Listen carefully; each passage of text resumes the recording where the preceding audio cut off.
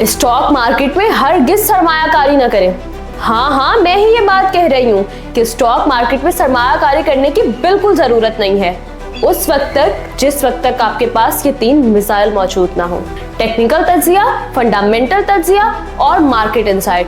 क्योंकि जब तक इन 3 हथियारों पर आपकी गिरफ्त मजबूत नहीं हो जाती, तब तक स्टॉक मार्केट सिर्फ एक खतरा है, मौका नहीं। लेकिन अच्छी खबर यह है कि ये तीनों हथियार आपको मिलेंगे सिर्फ और सिर्फ PSMU के YouTube चैनल पर। तो आज ही हमारा प्रीमियम व्हाट्सएप ग्रुप ज्वाइन करें और मुझे मैसेज करें कि मैं तैयार हूँ। पहले सीखें, फिर सरमायाकारी करें। गाइडेंस के बगैर हरगिज नहीं।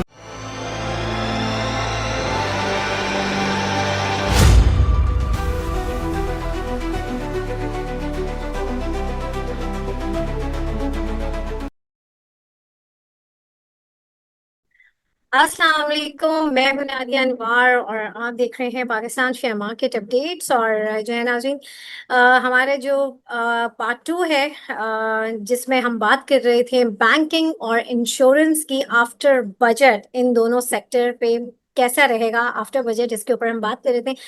This is the part 2 series, yes. और इसमें हम फोकस करेंगे इंश्योरेंस के ऊपर, और जो है कि फर्दर इंश्योरेंस सेक्टर की क्या फॉर्मुलेशन कैलकुलेशंस है, उसके ऊपर थोड़ी सी हम बात करेंगे इस जो है पार्ट में। अस्सलाम वालेकुम सर। वालेकुम सलाम नादिया, कैसी हैं आप? खैरियत से हैं? अल्हम्दुलिल्लाह सर, मैं बिल्कुल ठीक हूँ, आप ठीक हैं? अल्लाह का शुक्र है, अल्लाह का शुक्र है। सर, यहाँ पर जो है मुझे ये बताएं कि इंश्योरेंस सेक्टर हमारा ये पार्ट 2 है, और इसमें जो है मैं चाहूंगी कि थोड़ा सा इंश्योरेंस सेक्टर की जो कैलकुलेशन वगैरह है उसके हवाले से आप हमें बताएं। इंश्योरेंस सेक्टर के ऊपर जो हमारा दूसरा पोर्शन है इंश्योरेंस का जो है, तो पहले मैं आपको बताऊं कि इंश्योरेंस क्या चीज होती है। तो हमने थोड़ा सा पहले डिस्कस किया था कि हमारे यहाँ पाकिस्तान में 2 तरह की इंश्योरेंस है। एक तो लाइफ इंश्योरेंस है जिसके अंदर सही। हेल्थ वगैरह शामिल हो जाती है जो है, और हाँ। एक जनरल इंश्योरेंस है। जनरल इंश्योरेंस के अंदर एसेट्स हैं, एक्सपोर्ट आइटम्स हैं, इंपोर्ट आइटम्स हैं, सही। गाड़ियां हैं, जहाज हैं, पानी के जहाज हैं, मुख्तलिफ चीजें जो कि एसेट्स हैं, वो जनरल इंश्योरेंस में आती हैं। पहले भी मैंने बता दिया आपको जो है। अगर हिस्ट्री के अंदर जाएं तो ये इंश्योरेंस का काम दुनिया में बहुत पुराना है जो है। जब एंशियंट एजेस में लोग रहते थे तो वो भी क्या करते थे, अपने गाँव में एक दूसरे से मिलकर बात कर लेते थे। कोई अगर में नुकसान होगा तो सब मिलकर लॉस बर्दाश्त करेंगे। हम्म। मतलब किसी के अगर 2 मकान तबाह हो गए या 4 मकान तबाह हो गए तो पूरा गांव मिलकर के उनके नुकसान को भरता था जो है। तो ये एक सोशल सिस्टम था साथ नुकसान को बर्दाश्त करने का। सही। चाइनीज के अंदर भी ऐसा ही था। अगर तारीख को हम देखें तो हम्म। हिंदुस्तान की वैदिक जो हिस्ट्री है वो भी यही बात हमको बताती है, और रोमन एम्पायर में भी ऐसा ही था। अच्छा, जब हुआ ये असल में कि 15वीं सेंचुरी में स्पेन को मुसलमानों को निकाल दिया उन्होंने स्पेन से जो है, और मलका थी वहां की अजाबेला। मलका का नाम था अजाबेला। उसने एक आदमी था, उनका जो एडमिरल था उसका नाम था कोलंबस। हम्म। उसको बुला के ये कहा कि तुम ऐसा रास्ता निकालो कि हम हिंदुस्तान इधर से जा सकें, करीब से जो है। क्योंकि इंडिया जो था वो बड़ा मशहूर था यूरोप के अंदर, और उसकी वजह ये थी कि यहाँ की पर होती थी पैदा गरम मसाले, हम्म।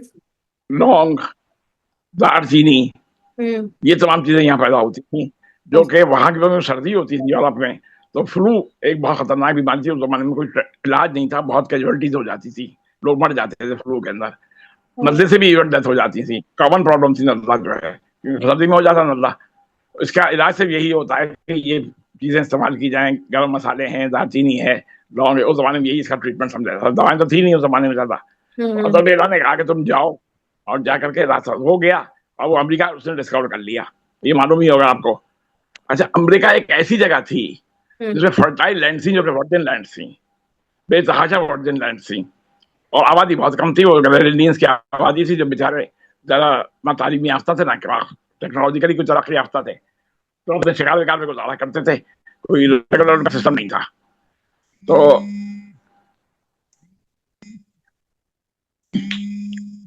तो उसकी इसकी अब जब अमेरिका चले गई तो वहां पे सोना भी निकल आया। हम्म। तो सोने से गोल्ड जब निकल आया। हम्म। हेलो? जी। आवाज आ रही है आपको भी? जी जी, बिल्कुल आ रही है। तो जी जब जी। 16 निकल आया, हम्म। जब 16 निकल आया तो हम्म। यूरोप से हजारों लोगों ने माइग्रेट करना शुरू किया अमेरिका की तरफ जो है। वहाँ फर्टाइल लैंडों पर कब्जा किया। ज्यादा पहले मुस्लिम लोग जाते थे या गवर्नमेंट भेजी थी जिन लोग सहायता दी जाती थी, या हम्म। कुछ अपने एडवेंचरस लोग चले जाते थे। लेकिन उसके बाद जब सही सोना निकला, लोगों को मालूम हुआ सोना निकल आया है, तो लोगों ने जो तरजोक उन्होंने अमेरिका का रुख किया, भारत। तो इस तरीके से पहली दफा ऐसा हुआ कि यूरोप के लोगों ने, जो दरियाओं में सफर करते थे, ये सोचा कि हम तिजारत पे कंसंट्रेट करें, और सही। उन्होंने तिजारत शुरू कर दी। यहाँ से इंश्योरेंस को बूस्ट अप मिलना शुरू होता है। पहली कंपनी लॉयड्स के नाम से बनी लंदन के अंदर, जो इंश्योरेंस कंपनी थी, जो आज भी काम करती है और री इंश्योरेंस का काम भी करती है, 1706 में। हम्म। और ये सबसे ज्यादा इनका कंसंट्रेशन था मैरीन इंश्योरेंस पे, यानी कि पानी के जहाजों में जो सामान जाता है और पानी के जहाज जो होते हैं उनकी इंश्योरेंस, क्योंकि पानी के जहाज चलते थे और अक्सर डूब जाते थे, क्योंकि हवाओं पे चलते थे, वो इंजन तो था नहीं उस जमाने में। तो हवाओं पे जाते थे, कहीं गिर जाते थे, कहीं डूब जाते थे, कहीं उनके वो बांध टूट जाते थे, मुख्तलिफ चीजें होती थी, जिसकी हम्म। वजह से सफर बहुत रिस्की होता था और हम्म। उसको जरूरत थी इंश्योरेंस की। तो लॉयड्स के नाम से कंपनी बनी 1706 में, जिन्होंने के इंश्योरेंस शुरू की मैरीन की जो है। हम्म। मैरीन इंश्योरेंस आज भी होती है, फायर सही। इंश्योरेंस भी होती है, मैरीन इंश्योरेंस भी होती है। तो ये पहली कंपनी थी जो आज भी री इंश्योरेंस। अच्छा, इंश्योरेंस में ये होता है, क्योंकि इतना बड़ा रिस्क एक कंपनी नहीं ले सकती, हम्म। इतना बड़ा रिस्क एक कंपनी नहीं ले सकती, तो वो अपने रिस्क को आगे डिवाइड कर देती है। पाकिस्तान में भी ऐसे ही होता है कि जो कंपनियां यहाँ इंश्योरेंस देती हैं, तो वो आगे इंटरनेशनल मार्केट के अंदर सेल आउट कर देती हैं कुछ पोर्शन, सही है। डिस्कस करके। ब्रोकर्स होते हैं जी। तो इंश्योरेंस सेक्टर के बाकी रेशोज तो आपको पता ही है, जो जनरली फाइनेंस में यूज होते हैं वो तो होते ही होते हैं, लेकिन उसके अलावा चंद अहम रेशोज हैं जो इंश्योरेंस हम्म। जो इंश्योरेंस में अहम रेशो इस्तेमाल होते हैं आमतौर पे। उनमें एक होता है कंबाइंड रेशो। कंबाइंड रेशो ये होता है कि claims plus expenses divided by premium. तो यहाँ मैं ये बताऊं आपको कि जो आमदनी होती है इंश्योरेंस की, वो तो होती है प्रीमियम से जो है, ठीक है। और जो खर्च होता है, अखराजात होते हैं, एक्सपेंस होते हैं, वो एक तो होते हैं एडमिनिस्ट्रेटिव और ऑपरेशनल एक्सपेंसेस, वो तो हर कंपनी के होते हैं। उसके साथ साथ जो क्लेम्स आते हैं और जो क्लेम्स कंपनी अदा करती है, वो भी एक खर्च होता है।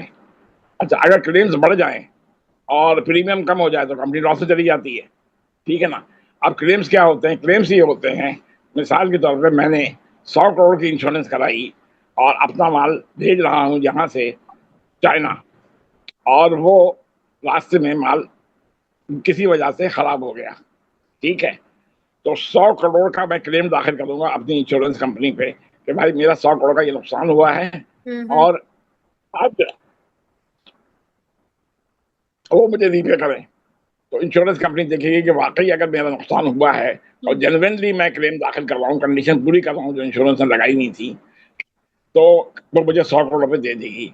तो ये एक्चुअली प्रीमियम होता है। वो अपने ये एक्चुअली क्लेम्स होते हैं। जैसे गाड़ी का आपने क्लेम इंश्योर कराती हैं, उसमें भी ये होता है कि आपने 50 लाख का इंश्योरेंस कराई गाड़ी की, और उसका एक सालाना प्रीमियम अदा करना शुरू कर दिया।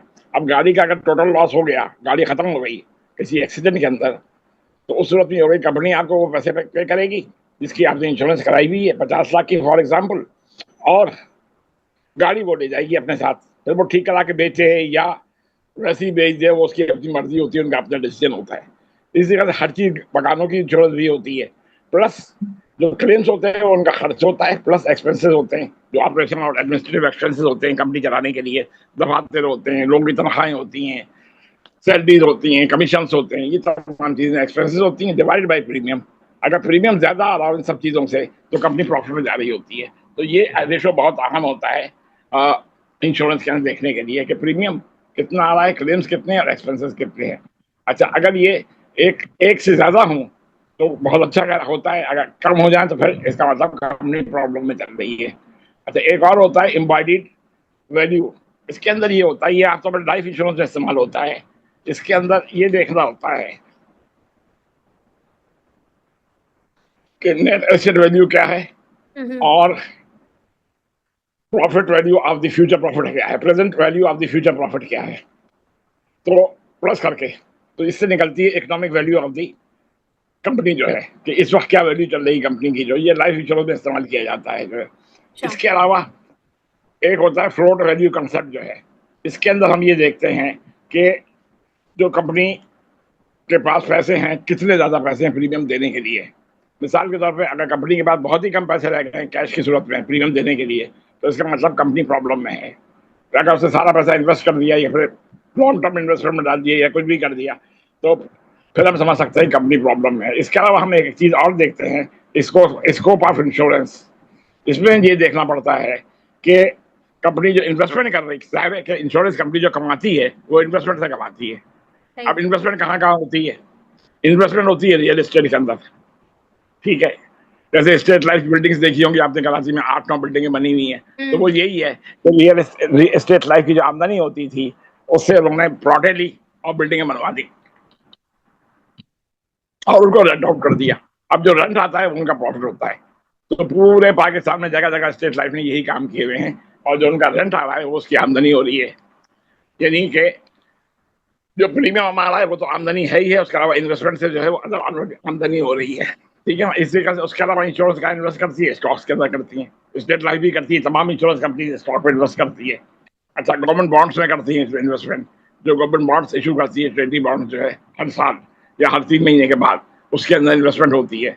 अच्छा, उसके अलावा दीगर कंपनी जो अपने बॉन्ड्स इशू करती हैं उसमें इन्वेस्टमेंट होती है, किसी कंपनी को फाइनेंसिंग देती है उसमें इन्वेस्टमेंट होती है। तो ये देखना पड़ता है कि ये इन्वेस्टमेंट जो है ये मजबूत है या कमजोर है और इसका रिटर्न कितना आ रहा है। तो ये बड़ी इंपॉर्टेंट चीज होती है। तो इंश्योरेंस के अंदर एक चीज और हम देखते हैं, वो ये है कि एनालिसिस जो करते हैं कि यील्ड कितनी है इंश्योरेंस के अंदर, यील्ड कितनी है। यील्ड कितनी? दूसरी चीज देखते हैं, हाँ, दूसरी चीज देखते हैं कि रिस्क कितना है, कितनी कंपनी के अंदर रिस्क इन्वॉल्व है, जो है लॉसेस कितने आ रहे हैं, रेवेन्यूज कितने हैं और अनरियलाइज गेन कितने हैं। अनरियलाइज गेन ये है कि जिसमें उम्मीद है कि ये गेन्स हो जाएंगे लेकिन अभी तक नहीं। मिसाल के तौर पर आप ने कहीं पे इन्वेस्टमेंट की हुई है, उसका कोई रिटर्न नहीं आ रहा, तो ये अनरियलाइज गेन्स है। तो ये चीज हम देखते हैं इंश्योरेंस के अंदर। अच्छा, इंश्योरेंस के अंदर एक बड़ी अहम चीज जो होती है वो होती है एजेंट्स। एजेंट्स होते हैं। एजेंट्स। अब जैसे हम ये सुन रहे हैं हाँ। कि बजट के अंदर प्राइवेट सेक्टर को वो परमिशन दे रहे हैं कि गवर्नमेंट एसेट्स को भी वो इंश्योर कर सकते हैं, तो इस सूरत में इंश्योरेंस एजेंट्स की पोजीशन बहुत बढ़ जाएगी। अच्छा, एजेंट ये वो भी होता है जो कि कानून ला के देता है कंपनी को, यानी कंपनी खुद तो नहीं जा सकती कहीं पे हम हमसे इंश्योरेंस करा लो, तो वो लोगों को अपॉइंट करते हैं on commission and salary basis कि तुम हमें क्लाइंट्स ला के दो जो कि हमारे यहाँ हमसे इंश्योरेंस करवाएं। अच्छा, और एजेंट्स का रोल बड़ा इंपॉर्टेंट होता है इंश्योरेंस के बिजनेस के अंदर जो है, क्योंकि एजेंसी वो शख्स होता है जिसकी के अपनी इतनी स्ट्रॉन्ग कनेक्शंस और नेटवर्किंग होनी चाहिए कि वो ज़्यादा से ज़्यादा प्रीमियम ला के दे सके कंपनी को, जो है अगर वो प्रीमियम ला के ज़्यादा नहीं दे सकता, यानी ज़्यादा बिजनेस ला के नहीं दे सकता, क्लाइंट ज़्यादा नहीं ला सकता इंश्योरेंस के लिए, तो इंश्योरेंस कंपनी प्रॉफिट में नहीं जा सकती। सही। मिसाल के तौर पे अगर हम देखें तो ईस्टर्न फेडरल का जो एक ज़माने तक एजेंट नेटवर्क था बहुत मजबूत था, सही। इस तरीके से आदम जी का भी एजेंट नेटवर्क एक ज़माने तक बहुत मजबूत था। जब अब जो है वो इतना मजबूत नहीं है, अभी भी है लेकिन इतना मजबूत नहीं है। अच्छा, लेकिन अब कई इंश्योरेंस कंपनियां जो कि अपना इंश्योरेंस नेटवर्क, एजेंट नेटवर्क बढ़ाती जा रही हैं जो है, और तवक्को ये की जाती है कि वो भी कंपटीशन में आ जाएंगी जो है। अच्छा, अब हम आपको एक बात और बड़ी इंटरेस्टिंग बताएं कि इंश्योरेंस कंपनी जो है उनका अंदर इतना मार्जिन है। सबसे बड़ी बात है कि इतना इंश्योरेंस सेक्टर को पता नहीं क्यों लोगों ने इग्नोर किया हुआ है कि जो उसके मार्जिन हैं वो बहुत कम रह गए, बहुत ही हल्के हैं, मतलब उसके अंदर गुंजाइश बहुत है। जैसे बैंकिंग सेक्टर चल रहा है 10x की बढ़ जाए, ठीक है, यानी अगर 1 रुपए की आमदनी है, अगर शेयर 100 रुपए का है तो 10 रुपए का अगर चल अर्निंग आ रही है, ईपीएस आ रहा है तो भी सही है, जबकि इंश्योरेंस जा रहा है 5x पे जो है, तो यानी 5 टाइम्स फर्क वाकई है अभी जो है इंश्योरेंस और बैंक के अंदर।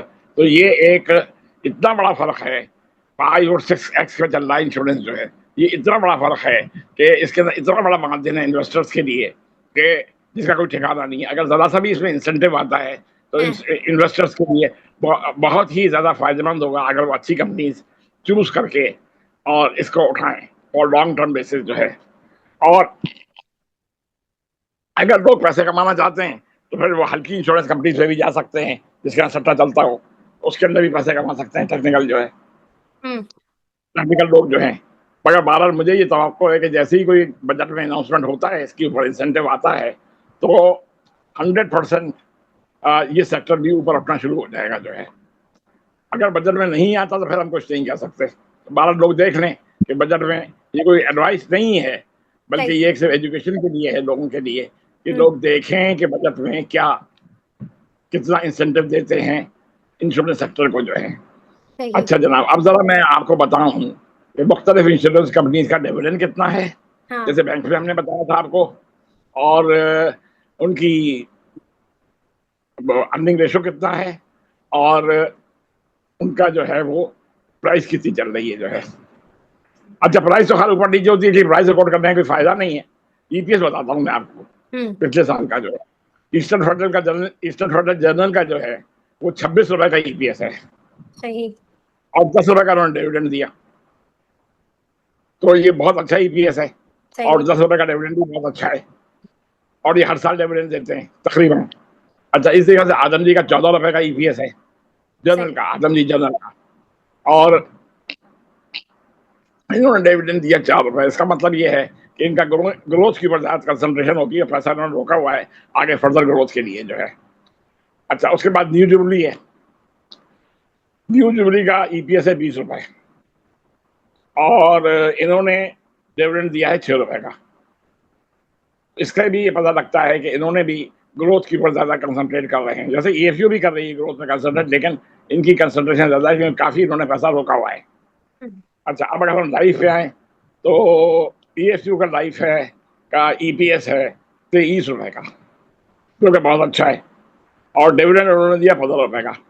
तो ये भी हाई पेइंग डिविडेंड कंपनी है, बिल्कुल यानी ईएफयू जर्नल भी हाई पेइंग डिविडेंड है, और ईएफयू लाइफ भी हाई पेइंग डिविडेंड कंपनी है जो है। तो सही इन्वेस्टर के लिए बड़ी अट्रैक्टिव है अगर देखा जाए तो। अच्छा, सही आदम जी का ईपीएस था 5 रुपए का, और इन्होंने डिविडेंड, आदम जी लाइफ की बात कर रहा हूँ, इन्होंने डिविडेंड दिया 2.5 रुपए का।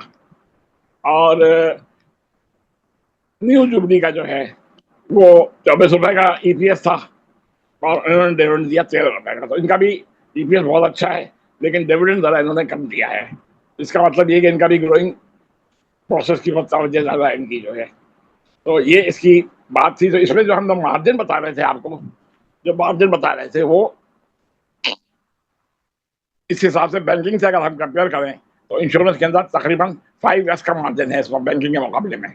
तो इसके अंदर इन्वेस्टर जो हैं वो अगर थोड़ी तवज्जो दें और इसका कोई बजट के अंदर इंसेंटिव मिलता है इंश्योरेंस को, तो डेफिनेटली ये सेक्टर बड़ा अट्रैक्टिव है फॉर इन्वेस्टर जो है।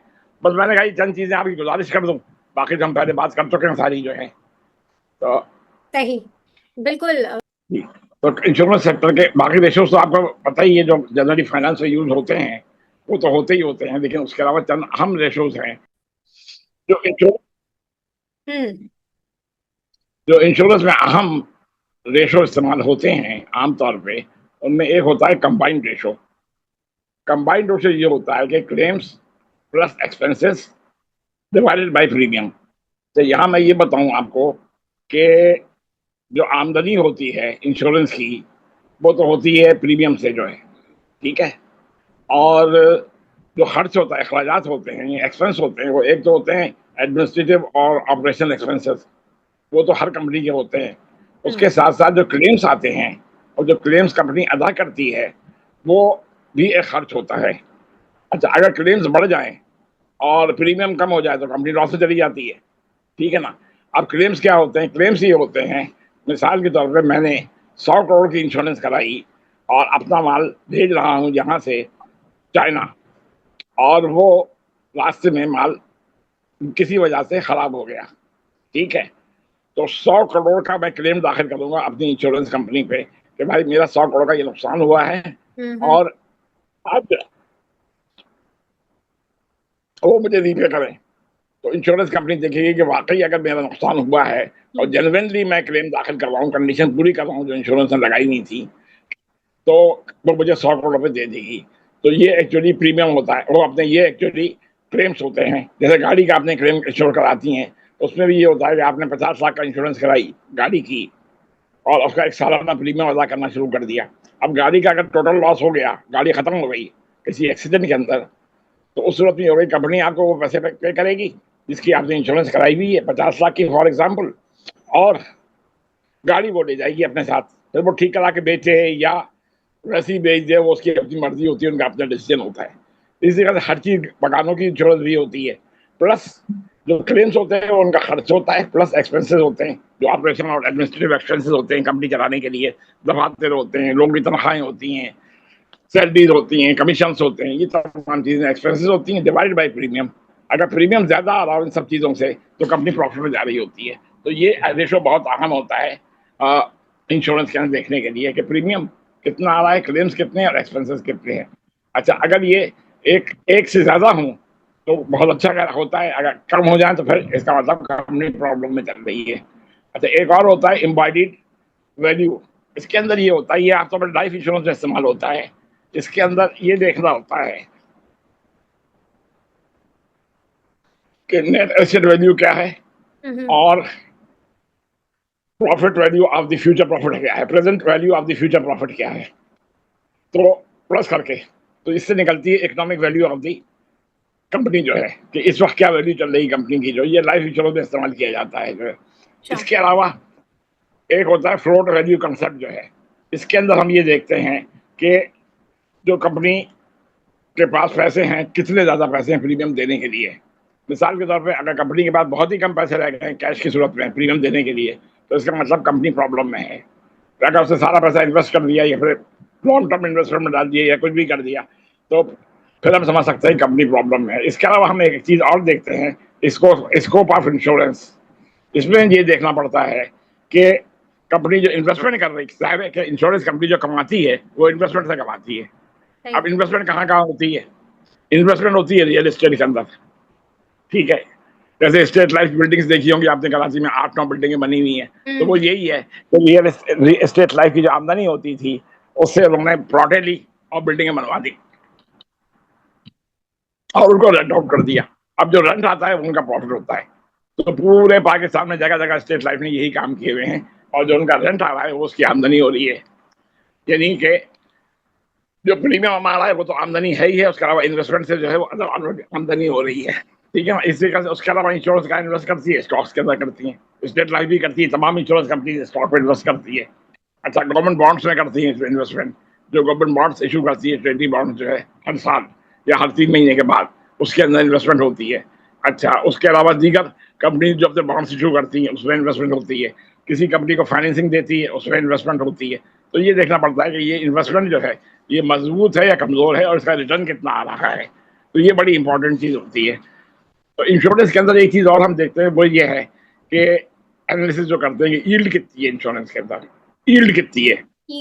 दूसरी चीज देखते हैं, हाँ, दूसरी चीज देखते हैं कि रिस्क कितना है, कितनी कंपनी के अंदर रिस्क इन्वॉल्व है, जो है लॉसेस कितने आ रहे हैं, रेवेन्यूज कितने हैं और अनरियलाइज गेन कितने हैं। अनरियलाइज गेन ये है कि जिसमें उम्मीद है कि ये गेन्स हो जाएंगे लेकिन अभी तक नहीं। मिसाल के तौर पर आप ने कहीं पे इन्वेस्टमेंट की हुई है, उसका कोई रिटर्न नहीं आ रहा, तो ये अनरियलाइज गेन्स है।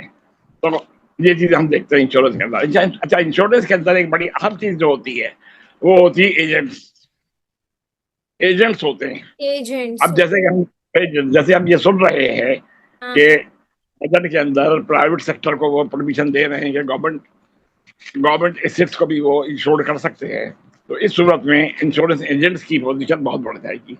अच्छा, एजेंट ये वो होता है जो कि कानून ला के देता है कंपनी को, यानी कंपनी खुद तो नहीं जा सकती कहीं पे हम हमसे इंश्योरेंस करा लो, तो वो लोगों को अपॉइंट करते हैं on commission and salary basis कि तुम हमें क्लाइंट्स ला के दो जो कि हमारे यहाँ हमसे इंश्योरेंस करवाएं।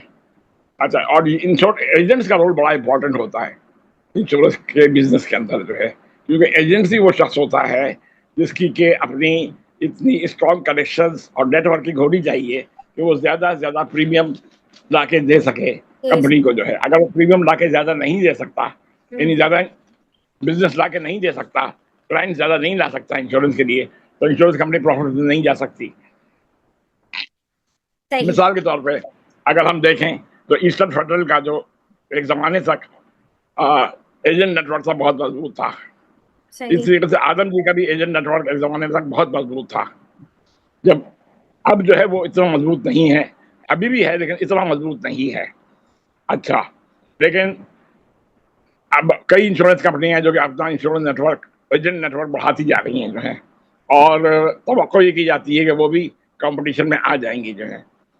अच्छा, अब हम आपको एक बात और बड़ी इंटरेस्टिंग बताएं हम्म। कि इंश्योरेंस कंपनी जो है उनका अंदर इतना मार्जिन है। इस वक्त सबसे बड़ी बात है कि इतना इंश्योरेंस सेक्टर को पता नहीं क्यों लोगों ने इग्नोर किया हुआ है कि जो उसके मार्जिन हैं वो बहुत कम रह गए, बहुत ही हल्के हैं। मतलब उसके अंदर गुंजाइश बहुत है। जैसे बैंकिंग सेक्टर चल रहा है 10x की बढ़ रहे है, हम्म। ठीक है, हम्म। यानी अगर 1 रुपए की आमदनी है, अगर शेयर 100 रुपए का है तो 10 रुपए का अगर चल अर्निंग आ रही है, ईपीएस आ रहा है तो भी सही है। जबकि सही। इंश्योरेंस जा रहा है 5x पे जो है, तो यानी 5 टाइम्स फर्क वाकई है अभी जो है इंश्योरेंस और बैंक के अंदर। तो ये एक इतना बड़ा फर्क है, 5 और 6x पे चल रहा है इंश्योरेंस जो है। ये इतना बड़ा फर्क है कि इसके अंदर इतना बड़ा मार्जिन है इन्वेस्टर्स के लिए कि जिसका कोई ठिकाना नहीं है। अगर जरा सा भी इसमें इंसेंटिव आता है तो हाँ। इन्वेस्टर्स के लिए बहुत ही ज्यादा फायदेमंद होगा अगर वो अच्छी कंपनीज चूज करके और इसको उठाएं और लॉन्ग टर्म बेसिस जो है। और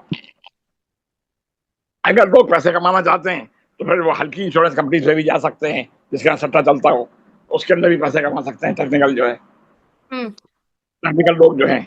मगर बहरहाल मुझे ये तवक्को है कि जैसे ही कोई बजट में अनाउंसमेंट होता है, इसके ऊपर इंसेंटिव आता है, तो 100% ये सेक्टर भी ऊपर उठना शुरू हो जाएगा जो है।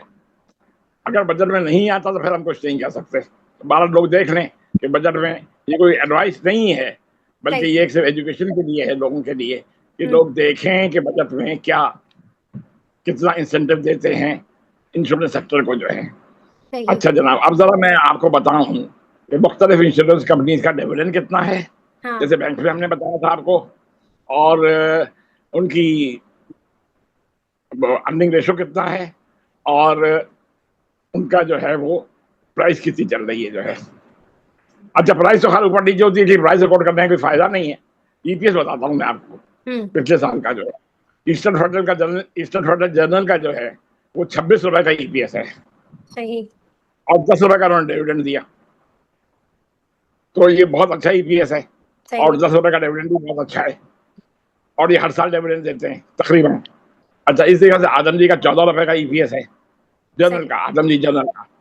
और इन्होंने डिविडेंड दिया 4 रुपए। इसका मतलब ये है कि इनका ग्रोथ के ऊपर ज्यादा कंसंट्रेशन होती है, पैसा इन्होंने रोका हुआ है आगे फर्दर ग्रोथ के लिए जो है। अच्छा, उसके बाद न्यू जुबली है। न्यू जुबली का ईपीएस है 20 रुपए, और इन्होंने डिविडेंड दिया है 6 रुपए का। इसका भी ये पता लगता है कि इन्होंने भी ग्रोथ के ऊपर ज्यादा कंसंट्रेट कर रहे हैं। जैसे ईएफयू भी कर रही है ग्रोथ में कंसंट्रेट, लेकिन इनकी कंसंट्रेशन ज्यादा है क्योंकि काफी इन्होंने पैसा रोका हुआ है।